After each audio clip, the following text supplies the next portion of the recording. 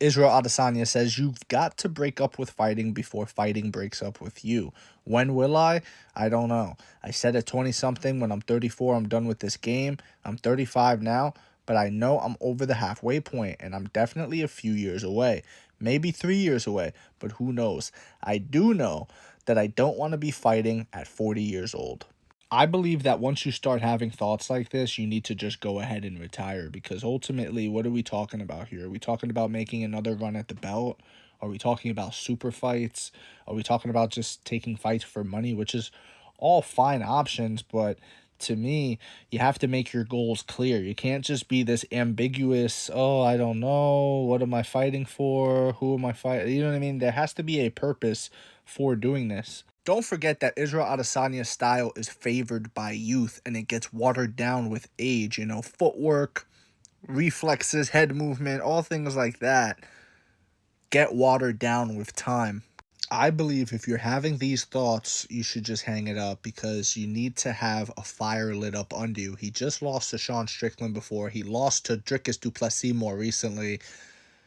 If you do not have a firing desire within you to get those fights back and to prove to the world, whatever it is that you can conjure up in your mind to motivate you, if you don't have that and you're kind of just aimlessly wandering the space, I really don't think it's good.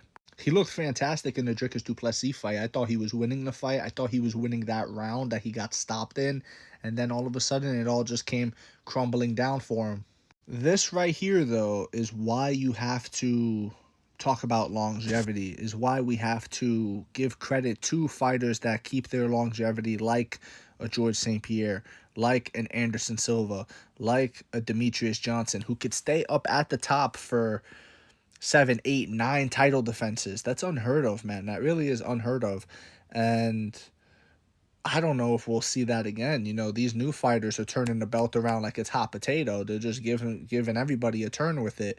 And, we saw Izzy hold on to the belt for a little while there, but again, he didn't get to know 7, 8, 9 title defenses, 10 title defenses. You know what I mean? He didn't get to that point. Guys like John Jones, who is still improving till this day, you know what I mean? He's 37 years old, and he just broke out that spinning back kick that stopped Stipe. Like, don't get me wrong, he's thrown spinning back kicks before, but to hear him say that he's been working on it and he's been perfecting it, and he's been literally 3 times a week for 3 hours, 3 hours a week, this guy is working on polishing and perfecting a very devastating technique in his arsenal. You know what I mean?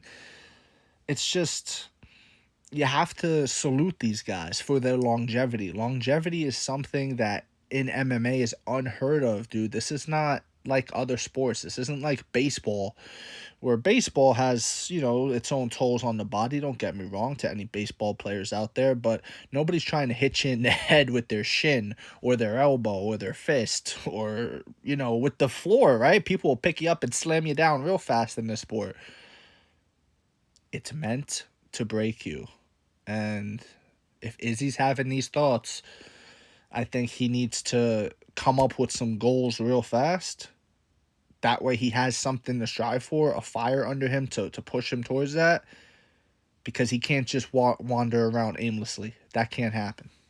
And that's my take on this. Let me know what y'all think in the comment section below, whether you agree, disagree. It does not matter. Just join the discussion, follow for more, and leave a like if you enjoyed the time spent. Thank you. You are all appreciated.